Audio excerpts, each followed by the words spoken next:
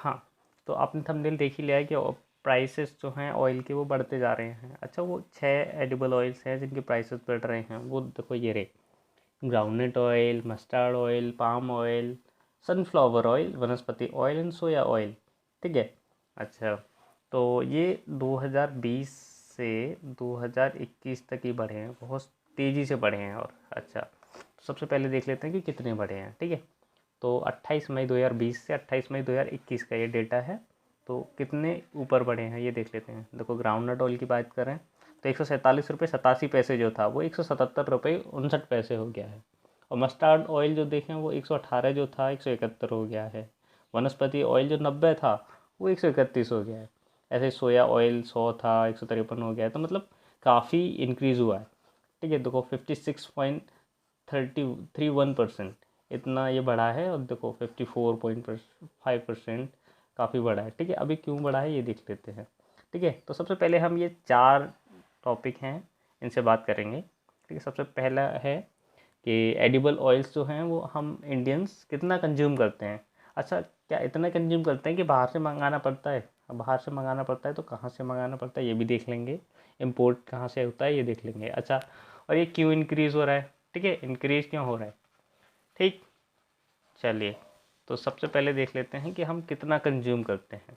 अगर कंजम्पशन की बात आती है तो सरसों का तेल, जिसे मस्टर्ड ऑयल बोलते हैं, तो वो सबसे ज़्यादा कंज्यूम किया जाता है रूरल एरियाज़ में, मतलब ग्रामीण क्षेत्र में। वहीं अगर हम देखें कि शेयर ऑफ रिफाइंड ऑयल्स जैसे soybean oil and sunflower oil, तो वो सबसे ज़्यादा जो कंज्यूम किया जाता है वो अर्बन एरियाज़ में। ठीक है, अर्बन एरियाज़ में हायर है। ठीक है, तो 1993 से 94 और 2004 से 5 के बीच की बात करें तो हर महीने पर कैपिटा, मतलब एक व्यक्ति कितना कंजम्पशन करता था एडिबल ऑयल्स का, वो 0.37 केजी से 0.48 केजी तक हो गया रूरल एरियाज़ में, ग्रामीण क्षेत्रों में। ठीक है, और वहीं अगर शहरी क्षेत्रों की बात करें, अर्बन एरियाज़ की, तो 0.56 केजी से 0.67 केजी हो गया। वो ये बात हो रही है 1993-94 से 2004 से 5 तक की। तो मतलब ये 11 सालों में तो इतना बढ़ा था। ठीक है, अब वही बात कर लें, अगर हम 2011 से 12 तक की बात करें तो ये आगे बढ़ गया है 0.67 केजी रूरल एरियाज़ में और 0.85 केजी अर्बन एरियाज़ में। तो काफ़ी कंजम्पशन हो रहा है। 2012 तक का डेटा है ये, और हम अभी हैं 2021 में। ठीक है, 2021 में, तो सोचो डिमांड कितनी आगे बढ़ रही होगी।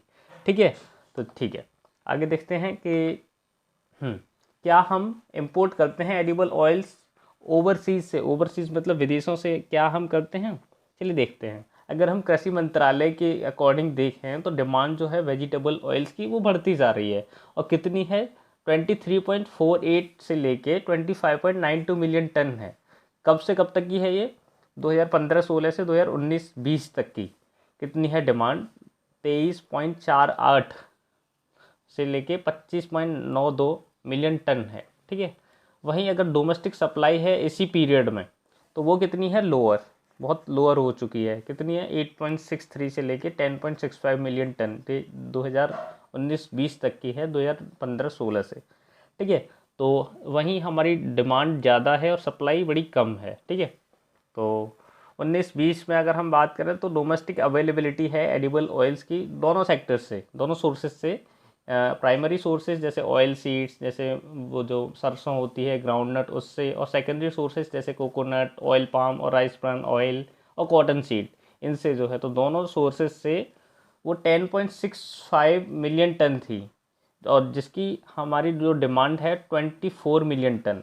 और हमारी कितनी, हम डोमेस्टिक जो अवेलेबिलिटी है वो है 10.65 मिलियन। तो अब इससे कंफर्म हो गया कि ये जो गैप है 13 मिलियन टन का, तो ये पूरा गैप है।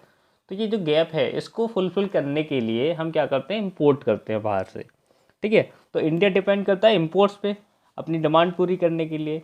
तो 2019-20 में हमारे देश ने इंपोर्ट किया 13.35 मिलियन टन एडिबल ऑयल्स। वो जो कितना था? 61,559 करोड़ का, है ना। और 56% जो डिमांड थी वो उतनी थी, मतलब इतना तो हमने बाहर से इंपोर्ट किया।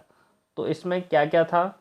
तो पाम ऑयल था जिसमें 7 मिलियन टन, सोयाबीन ऑयल था जिसमें 3.5 मिलियन टन, सनफ्लावर था 2.5 मिलियन टन, ठीक है, तो इतना था, ठीक है। और मेजर सोर्सेज कहाँ से आते हैं, ठीक है, कहाँ से हम ये तेल हमारे इंडिया में इंपोर्ट होता है? अर्जेंटीना, ब्राज़ील सोयाबीन ऑयल्स की अगर हम बात करें, तो Indonesia and Malaysia palm oil की बात कर रहे हैं, यूक्रेन और अर्जेंटीना फिर से। अगर हम सनफ्लावर ऑयल की बात करें तो सबसे पहले अगर हम बात करें कि Argentina, Brazil, Malaysia, Indonesia, Ukraine and Argentina, तो इतनी जगह से हम इंपोर्ट करते हैं, ठीक है। अच्छा, तो ये प्राइस बढ़ क्यों रहा है, अब ये देख लेते हैं। तो ये इसमें बताया है हमने कि इंक्रीज ये जो हो रहा है ना डोमेस्टिक प्राइस, हमारे भारत में जो प्राइस जो इंक्रीज़ हो रहा है वो सीधा सीधा रिफ्लेक्शन है इंटरनेशनल प्राइसेस का, क्योंकि इंडिया जो 56% जो डोमेस्टिक डिमांड पूरी करता है इंपोर्ट से, अब हम 56% तो हम बाहर से मंगा रहे हैं, तो बाहर जितना इंटरनेशनल मार्केट में जितना प्राइस इंक्रीज़ होगा उतना हमें इंडियंस को भी देना होगा, ठीक है। चलिए, तो इंटरनेशनल मार्केट में एडिबल ऑयल्स के जो प्राइसेस हैं वो बहुत तेज़ी से बढ़े हैं हाल ही कुछ महीनों में। वेरियस फैक्टर्स हैं, वो हम जानेंगे कौन कौन से हैं, ठीक है। तो प्राइस अगर हम देखें क्रूड पाम ऑयल का, ठीक है, वो 3,890 रिंगिट, जो मलेशिया की ये जो करेंसी है पर टन, तो 3,890 रिंगिट पर टन 25 मई को जो था, वही अभी 25 मई को इतना था, ठीक है, 25 मई को। और अगर हम बात करें पिछली साल का, तो 2,281 रिंगिट था पिछली साल, तो मतलब काफ़ी इंक्रीज़ हुआ है, ठीक है। अच्छा, तो शिकागो बोर्ड ऑफ ट्रेड जो है, तो वहाँ पे क्या था, क्लोजिंग प्राइस जो था जो सोयाबीन ऑयल का जुलाई की डिलीवरी का, वो कितना था, 559.51 डॉलर पर टन था, ठीक है, 24 मई को। और वो वही जो 306.16 डॉलर पर टन था कब, पिछली साल, तो मतलब CBOT काफ़ी प्राइस बढ़ा है, ठीक है। अच्छा, सोयाबीन का ये जो प्राइस है CBOT का, है ना, और मलेशिया पाम ऑयल का जो अगर प्राइस है, तो ये दोनों मिलके डिटरमाइन करते हैं प्राइसेस जो हम इंडियन कंज्यूमर्स पे करते हैं ना एडिबल ऑयल्स के लिए। तो हमें क्या पता चला, CBOT plus Malaysia palm oil, अगर इनके प्राइसेस बढ़ते हैं इंटरनेशनल लेवल पर, तो हमें भी प्राइस ज़्यादा देने होंगे, ठीक है। तो ये पता चला हमें, ठीक। अच्छा, एक और कॉज ये है कि अब क्या हो रहा है कि एडिबल ऑयल्स की शिफ्टिंग हो रही है फूड बास्केट से फ्यूल बास्केट, मतलब हम पहले फूड के लिए इसको यूज़ करते थे, अब फ्यूल बनाते हैं उससे। अच्छा, वी मेहता जो हैं, वी मेहता, ये हमारे solvent extractor association of India के एग्जीक्यूटिव डायरेक्टर हैं, तो उन्होंने बताया कि अब बाहर क्या हो रहा है कि रिन्यूएबल फ्यूल बना रहे हैं वो सोयाबीन ऑयल से, कहाँ पे, US में, ब्राज़ील में और अदर कंट्रीज़ में। तो उन्होंने कहा कि कोविड-19 पेंडेमिक के बावजूद भी ग्लोबल डिमांड जो है एडिबल ऑयल्स की वो बढ़ती जा रही है, और उधर वो लोग क्या कर रहे हैं कि रिन्यूएबल फ्यूल बना रहे हैं वो लोग, ठीक है। तो अदर फैक्टर्स और देख लेते हैं। पहला तो एक तो ये हो गया, और पहले भी हमने बता दिया CBOT और वो मलेशिया वाला, ठीक है। और एक ये कि बायोफ्यूल बना रहे हैं वो, ठीक है। अच्छा, अदर फैक्टर्स क्या हैं कि हम चाइना से ख़रीदते हैं, ठीक है, लेबर इश्यूज़ हैं मलेशिया में, और ला निना ये एक क्लाइमेटिक कंडीशन है। तो कहाँ पे palm oil and soya oil जो होता है, सोयाबीन ऑयल, तो वहाँ पे जो प्रोड्यूस होता है, तो वहाँ पे क्लाइमेटिक कंडीशन होती है इस वजह से। अच्छा, और एक्सपोर्ट ड्यूटी जो है क्रूड पाम ऑयल की इंडोनेशिया में और मलेशिया में, तो वहाँ पे जो प्राइस इंक्रीज़ होता है, तो फिर इधर भी होना पड़ता है, ठीक है। तो इंटरनेशनली हमें पता चला कि देखो, सबसे पहले तो ये कि ये फ्यूल बना रहे हैं, ठीक है, और CBOT का प्राइस बढ़ रहा है, और मलेशिया में पाम ऑयल का बढ़ रहा है, ठीक है, ये सारी चीज़ें।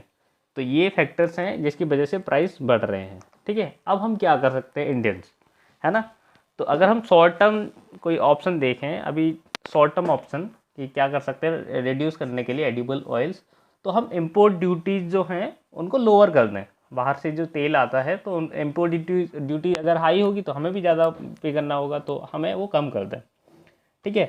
तो SEAI जिसकी अभी मैंने बात करी, solvent extractor association of India, उनके अकॉर्डिंग देखें कि इफ़ेक्टिव रेट जो है इंपोर्ट ड्यूटीज़ की एग्रीकल्चरल इंफ्रास्ट्रक्चर और डेवलपमेंट का जो टैक्स लगा के, या और सोशल वेलफेयर का टैक्स लगा के, तो 35.75% हुआ। कब से ये 2 फरवरी 2021 से, ठीक है।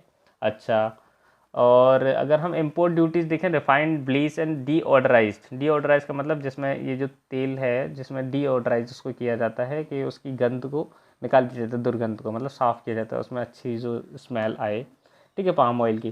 तो उसमें जो इम्पोर्ट ड्यूटीज़ हैं वो इतनी है, ठीक है। तो इफेक्टिव इम्पोर्ट ड्यूटीज़ क्रूड और रिफाइंड सोयाबीन ऑयल और सनफ्लावर ऑयल की इतनी रेंज में है, 38.50 से लेके 49.50 तक, मतलब इतनी रेंज में ये जो है इम्पोर्ट ड्यूटीज़ हैं, ठीक है। The policy for import of crude palm oil is free. Crude palm oil की जो पॉलिसी है वो बिल्कुल फ्री है। वहीं अगर आरबीडी की जो बात करें, आरबीडी जो अभी हमने बात करी, आरबीडी मतलब रिफाइंड, ठीक है, रिफाइंड कमा ब्लीच्ड एंड डीऑडराइज्ड, वो सॉरी यस डीऑडराइज्ड, ये जो है इस पाम ऑयल की रिस्ट्रिक्टेड पॉलिसी है, ठीक है। अगर क्या होता है कि अगर गवर्नमेंट रिड्यूस करे import duty refined palm oil पे, ठीक है, तो प्राइसेस कम डाउन हो जाएंगे एकदम इमीडिएटली, क्योंकि वहाँ से जो तेल आएगा, इम्पोर्ट ड्यूटीज हम कम रखेंगे तो हमें भी कम मिलेगा। लेकिन एडिबल ऑयल जो इंडस्ट्री है वो ड्यूटीज़ को वो उसके बिल्कुल फेवर में नहीं है कि वो रिड्यूस करे, है ना। तो अब क्या होगा, तो फिर ऐसी एआई की जो मेहता जी हैं, वीवी मेहता जी, तो उन्होंने बताया कि अगर इम्पोर्ट ड्यूटीज़ को हम कम कर देते हैं तो इंटरनेशनल प्राइसेस ऊपर चले जाएंगे, ठीक है। वहाँ से जो एक्सपोर्ट ड्यूटीज़ जो हैं, है ना, तो एक्सपोर्ट ड्यूटीज़ अगर वहाँ पे काफ़ी ज़्यादा हैं, ठीक है, और इधर कम है, तो वो तो और कहेंगे कि आपको तो वहाँ से कम मतलब वहाँ पे इम्पोर्ट कम हो जाता है तो आप काफ़ी प्रॉफिट कमा रहे हो, तो फिर उनको भी उधर देखना होगा, है ना। तो इसकी वजह से उधर प्राइसेस हाई हो जाएंगे, है ना। तो अगर ये कहते हैं, वो उन्होंने लगाया कि गवर्नमेंट को क्या करना चाहिए इसके लिए, और देखो अगर इंटरनेशनल प्राइसेस अगर ऊपर हो गए ना, ज़्यादा ऊपर हो गए, तो ना तो गवर्नमेंट को फ़ायदा, गवर्नमेंट को कोई रेवेन्यू मिलेगा और ना ही कंज्यूमर को बेनिफिट होगा, क्योंकि वो उधर प्राइसेस बढ़ जाएंगे, फिर वो उधर से अगर इंटरनेशनल प्राइसेस बढ़ गए तो इम्पोर्ट ड्यूटीज़ कम करने के बावजूद भी वो जो देश हैं तो वो तो महंगाई तेल देंगे ना, तो ना तो गवर्नमेंट को प्रॉफिट होगा ना हमें फिर से ही उतना ही मिलेगा। अच्छा, तो गवर्नमेंट तो जो मेहता जी उन्होंने बताया कि गवर्नमेंट को क्या करना चाहिए, सब्सिडाइज़ करना चाहिए, है ना, एडिबल ऑयल्स, है ना। तो अब हम लोगों को कैसे मिले, अगर मान लीजिए हम गरीब हैं, कोई भी अगर गरीब इंडिविजुअल है तो उसको कैसे मिलेगा, तो पीडीएस जो सिस्टम है, जैसे राशन वगैरह जो मिलता है ना, तो वहाँ पे जैसे केरोसिन ऑयल और 5 रुपये किलो जैसे गेहूँ मिल जाते हैं, मतलब बहुत ही कम प्राइसेस पे, तो वहाँ पे हमको ये जो एडिबल ऑयल्स हैं तो वो देने चाहिए, ठीक है, जिसकी वजह से पुअर को भी अवेलेबिलिटी उसकी होगी। और हाँ, सरकार बोल रही है कि काफ़ी अब वो कोशिशें कर रहे हैं कि ये रिड्यूस किया जाए, है ना, रिड्यूस किया जाए प्राइसेस को, ठीक है। तो गवर्नमेंट के पास यही ऑप्शन है कि वो पीडीएस में मतलब उन शॉप्स पे, राशन की शॉप्स पे वहाँ पे दे, गरीब को भी मिल जाए तेल, ठीक है।